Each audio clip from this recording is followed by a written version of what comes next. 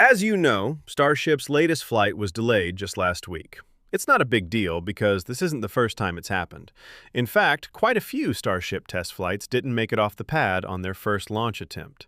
But it really got me thinking, why though? Why do rocket launches so often get canceled just 1 or 2 minutes, or in this case just seconds, before liftoff? Shouldn't all the hardware have been thoroughly tested beforehand? Shouldn't engineers already know if something is going to fail? So why do these last-second scrubs keep happening? Following aerospace isn't just about watching rockets launch. It's about understanding everything that happens behind the scenes. So make sure to subscribe as we cover every angle of the space industry. So, SpaceX's giant Starship rocket was only seconds away from launching on its next test flight. From a drone hovering high above the launch site, we could see the start of engine ignition only 3 seconds before the planned liftoff. Flames erupted beneath the booster, clouds of smoke and vapor rolled across the pad, and for a brief moment, it looked like Flight 12 was finally on its way. Then, nothing. Although SpaceX didn't immediately provide many details, telemetry displayed during the webcast suggested that 4 of the Super Heavy booster's 33 Raptor engines failed to ignite properly. The rocket's automated launch system instantly recognized the problem and shut down the remaining 29 engines before the vehicle ever left the ground, keeping all 5,000 tons of Starship firmly attached to the launch mount. In fact, this was the first time a full-scale Starship had experienced a last-second launch abort so close to liftoff. Almost immediately after the scrub, the launch team began the lengthy process of draining propellant from the vehicle while engineers reviewed the data.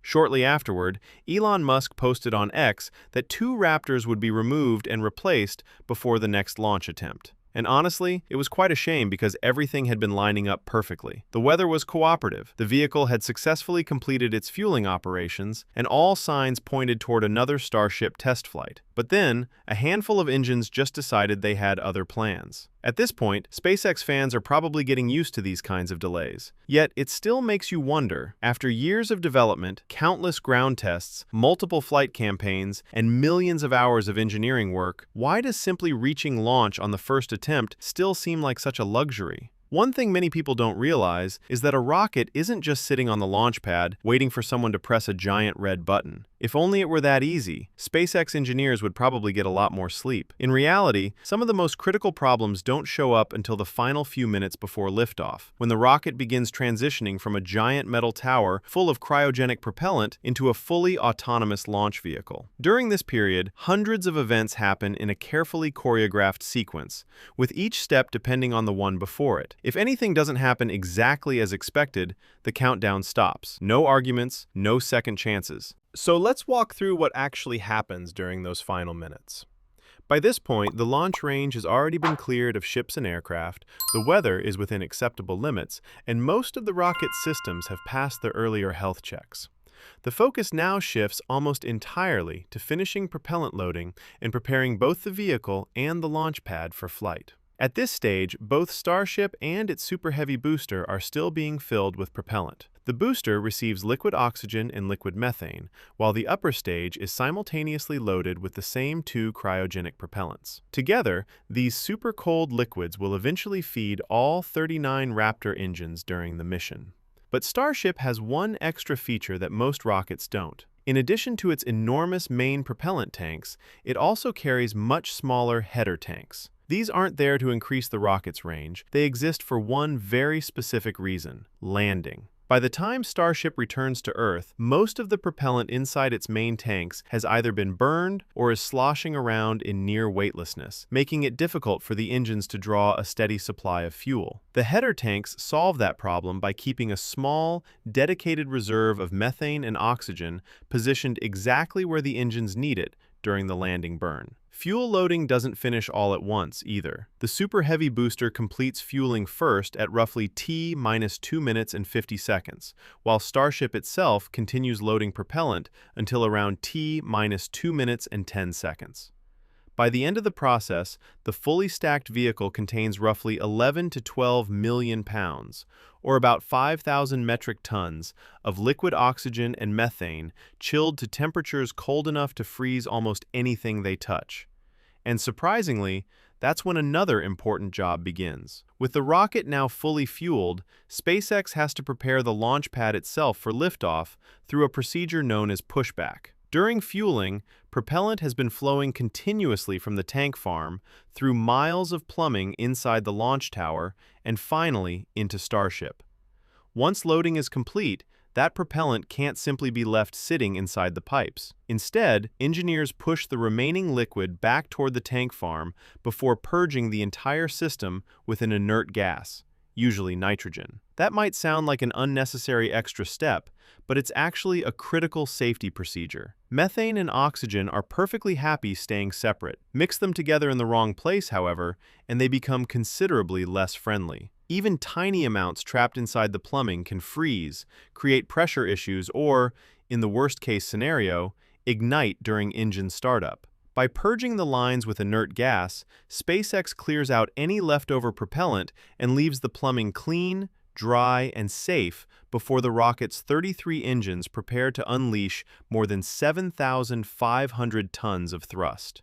As the countdown reaches around T-100 seconds, the rocket begins one of its final health checks before committing to launch. This is when the Raptor engines perform their thrust vector control, or TVC, checks. One by one, the engines that are capable of steering slowly swivel back and forth using powerful actuators, confirming they can move exactly as commanded. These movements may not look very dramatic, but they're what allow the rocket to pitch, yaw, and roll once it's in flight. On Super Heavy, only the 13 center Raptor engines can gimbal to steer the vehicle. The other 20 engines are fixed in place and exist for one main purpose: producing an absolutely ridiculous amount of thrust. T-minus 60 seconds is where things get especially interesting. If you watched last week's launch attempt, this was essentially the final opportunity to pause the countdown before the rocket committed to flight. If a sensor reports something unexpected or a system doesn't look quite right, the computers can stop the countdown right here while engineers evaluate the situation. And if the issue turns out to be something relatively minor, they don't necessarily have to start over from the beginning. Instead, they can often resume from T-minus 60 seconds, saving valuable time while the rocket is still in good condition for launch. From this point on, however, the pace becomes almost frantic. In the span of a single minute, Starship transforms from a vehicle being supported by the launch pad into a completely self-sufficient spacecraft. One of the first things to happen is that the rocket switches its communications into flight mode. Up until now, Starship has been talking to the ground through equipment built into the launch tower. But after T-minus 60 seconds, it transitions to its own onboard communication and telemetry systems.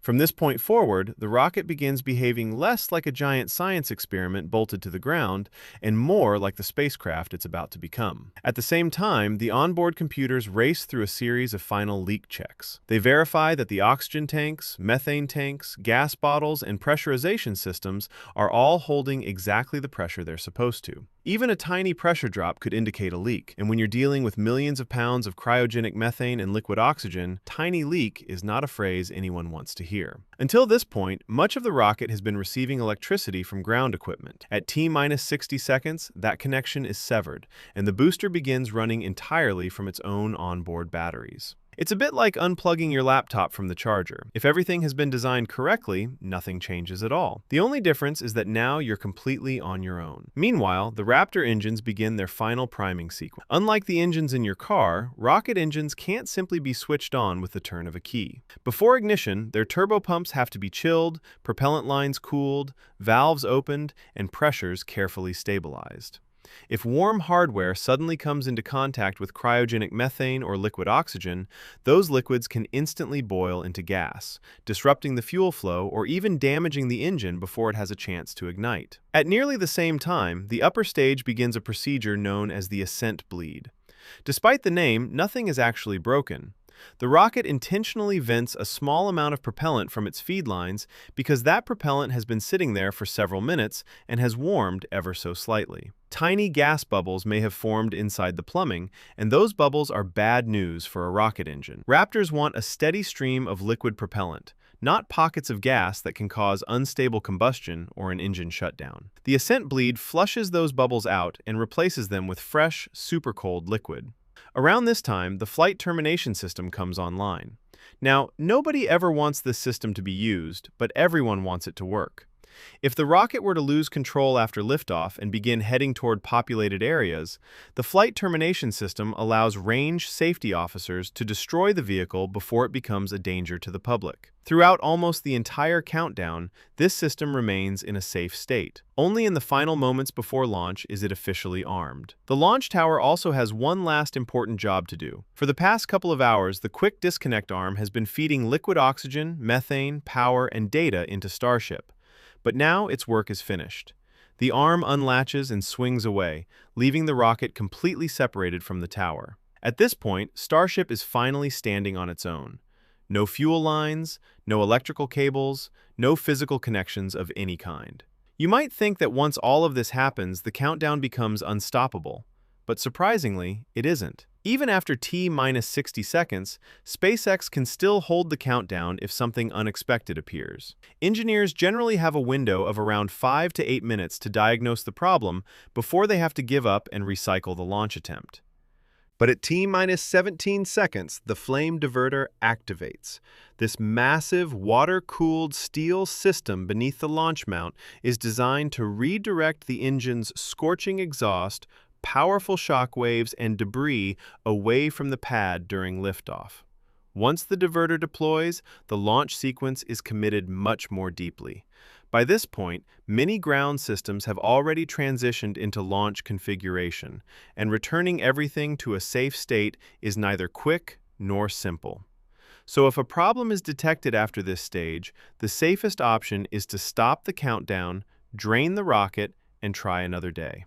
So, as you can see, getting Starship off the ground is a lot more complicated than simply lighting 33 engines and hoping for the best. Even in the final seconds of the countdown, engineers don't get to relax, because some of the rocket's most important systems don't even become active until the last minute. In many ways, the countdown is when the rocket is under the most scrutiny, not the least. Rockets are incredibly conservative machines. Every launch is governed by what's known as go/no-go criteria, a long list of conditions that must all be satisfied before the computers will allow the vehicle to leave the pad. Throughout the countdown, every major subsystem is constantly reporting its health, including the propulsion system, avionics, hydraulics, communications, guidance, flight safety systems, ground support equipment, weather, and even the launch range itself. If just one of those systems reports a critical problem, the answer isn't, it'll probably be fine. The answer is no go. That might sound overly cautious, but when you're preparing to launch one of the most powerful rockets ever built, probably isn't good enough. The consequences of knowingly launching with a serious issue can be enormous. At best, you lose the mission. At worst, you lose the rocket, destroy the launch pad, damage valuable payloads, or create a hazard for people on the ground. Suddenly, waiting another few days doesn't seem so unreasonable. Now, some people might ask, can't SpaceX just test everything beforehand? Well, yes, and they do. SpaceX can fire the engines over and over again. They can test the software, inspect the plumbing, verify the electronics, stress the hydraulics, and simulate thousands, sometimes millions, of different scenarios before launch. But those are still tests. The real countdown is the first and only time that every single system, every cable, every valve, every computer, every sensor, every engine, and every piece of ground equipment has to work together on the actual flight vehicle under real launch conditions. It's the difference between rehearsing a concert in an empty room and performing live in front of thousands of people. Everything may have worked perfectly during practice, but once the curtain goes up, you're finally seeing how the entire performance comes together. And here's something else that's easy to forget. Not every scrub is actually the rocket's fault. Sometimes the weather refuses to cooperate. High winds, lightning, or thick clouds can make a launch unsafe, even if Starship itself is perfectly healthy. Other times, a ship wanders into the restricted waters around the launch site, or an aircraft accidentally enters the exclusion zone, forcing the countdown to stop until the area is clear. Occasionally, the problem isn't even at the launch pad.